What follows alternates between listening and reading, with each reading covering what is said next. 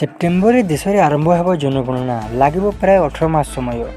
दीर्घ वर्षर समालोचना पर प्रधानमंत्री नरेंद्र मोदी तृतीय पाली में गुरुत्वपूर्ण तथ्य अभाव को दूर करने को चाहूबा बेले सेप्टेम्बर में भारत बहु विलंबित जनसंख्या जनगणना आरंभ होबार संभावना रही दुईटी सरकारी सूत्र जमापड़ी। भारतर दशंधि में थोड़े जनगणना 2021 शेष होगा किंतु कोविड-19 महामारी कारण यह विलंबित होता। आसंता मासरू नुआ सर्वे आरंभ होगा पर यह शेष करने प्राय 18 मास समय लगे मामलें सीधासलख जड़ित थिबा दुईटी सरकार सूत्र जमापड़ी। सद्यतम जनगणना विलंबित अर्थनैतिक तथ्य, मुद्रास्फीति एवं निजुक्ति आकलन समेत अन्य परिसंख्यान सर्वेक्षण गुणवत्ता को प्रभावित करुथारु सरकार एवं बाहरी अर्थनीतिज्ञ माने समालोचना करिसेंती। वर्तमान अधिकांश तथ्य सेट एवं यह फलाफल आधार में सरकारी योजना गुड़िक 2011 प्रकाशित शेष जनगणना उपर आधारित। जनगणना परिचालन में नेतृत्व नहीं गृह मंत्रालय एवं परिसंख्यान एवं कार्यक्रम कार्यकारिता मंत्रालय एक समय सीमा प्रस्तुत करछंती एवं 15 वर्षर अवधि को अंतर्भुक्त कर मार्च 2026 सुधा फलाफल प्रकाश करने को लक्ष्य रखिछंती।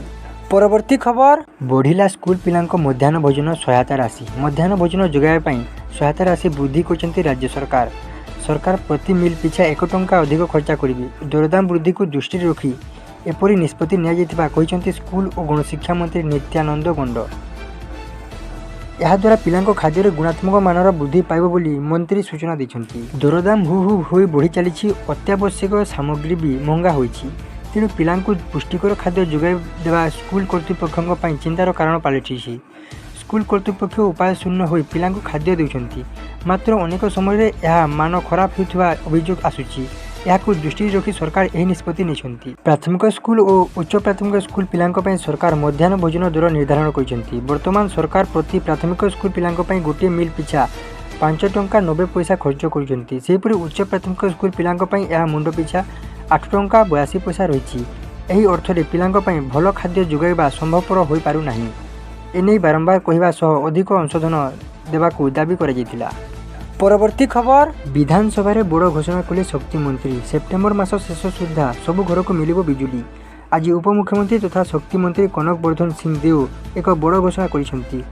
सेप्टेम्बर मास शेष सुधा राज्यर प्रत्येक घरे बिजुली पहुंचेबो बोली उपमुख्यमंत्री घोषणा करिसेंती।